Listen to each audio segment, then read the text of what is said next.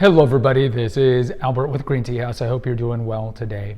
Today I'm going to give two reasons as to why the youth drink the matcha. Now before I begin, if you haven't been here to Green Tea House over outside of New Braunfels, Texas, in a little hamlet called Green, come visit us. We're halfway between San Antonio and Austin. Also subscribe if you haven't done so already, and post a comment if you like. Alright, as we know, we're kind of on this little run of doing episodes on matcha. Matcha has really hit the zeitgeist, especially the last 6 months. You could really attribute it to the algorithm of TikTok and of social media influencers that have brought this colorful, shaded Japanese green tea to the minds of mostly the youth, the Gen Zers and the Gen Alphas. And I'm going to give two reasons as to why I think matcha is caught on, especially with the youth. One that is very obvious, and the other one is maybe a little subtle. So number one is, kids are stupid. Let's be real. Like, I was a kid, we were all stupid. I wouldn't say they're stupid. They're just exceedingly fungible, malleable, and impressionable. And especially at that age, if you've been imbued in this world of social media and phones and whatnot, and then you throw that into just the peer pressure of that age, you're going to be highly susceptible to catching on to the fads that are being pushed on you by the aforementioned. So when you see matcha in its beautiful color and all these confections that they use it in, whether it be culinary matcha to make matcha chocolate chip brownies like we have here, or matcha ice cream, or matcha fill in the blank, they have everything. I mean, the kind of the primordial rat brain of our brains and like, oh, pretty color, oh. And then of course these places,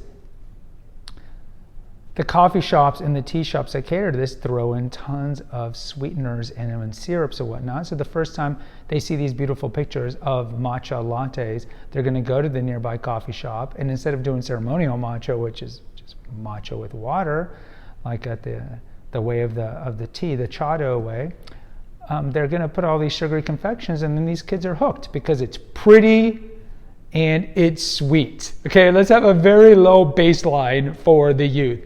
Pretty and sweet. So they're in. And so they're going to do everything matcha.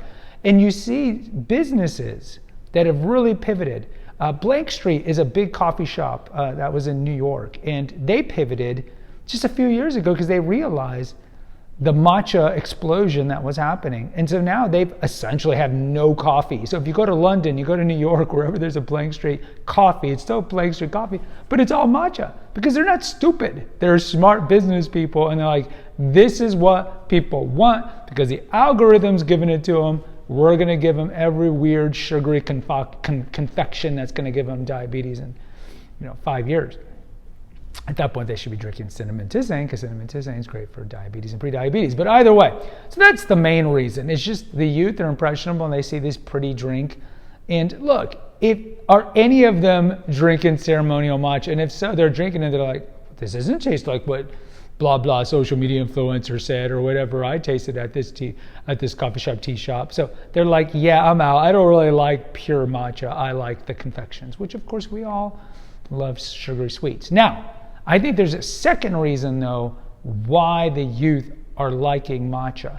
So part of this kind of algorithm has been pitting matcha versus coffee. And the funny thing, it's not pitting matcha versus tea or tea versus coffee. I mean, there's a lot of people who don't even know that matcha comes from Camellia sinensis.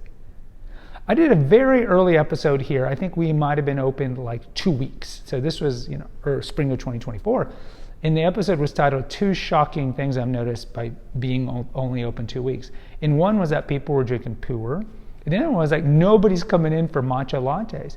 And I posit a theory in that episode, like, I think a lot of people don't know that matcha comes from the tea. So they're like, why would we go to a tea shop to get matcha? What? But either way, so you see matcha pitted against coffee. And I think one of the ancillary benefits of that is when you're pitting these two against each other for pure health benefits, matcha wins.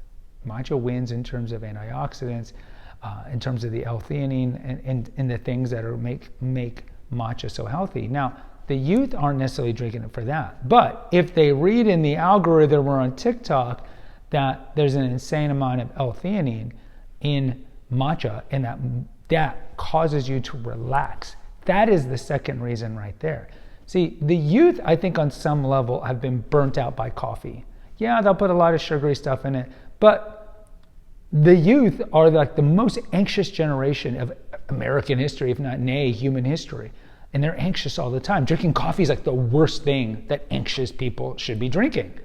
So I think when they do drink matcha, albeit there's probably not a lot of matcha powder in these confections, there is some matcha. And the matcha, yes, has as much caffeine as coffee, but it has a lot of L-theanine. So matcha does relax you. And either they feel it or they read it on TikTok or somewhere that matcha has L-theanine and it relaxes you. And they have this intuitive response to it, like, oh, this stuff isn't making me jolt and jitter. Wow, this stuff's great. So I think that is actually a good thing about the matcha explosion, because I do think, part of me, and I mentioned this 2 episodes earlier, about a week ago, that I do think this is going to be, not for everybody, but a backdoor way into Camellia sinensis.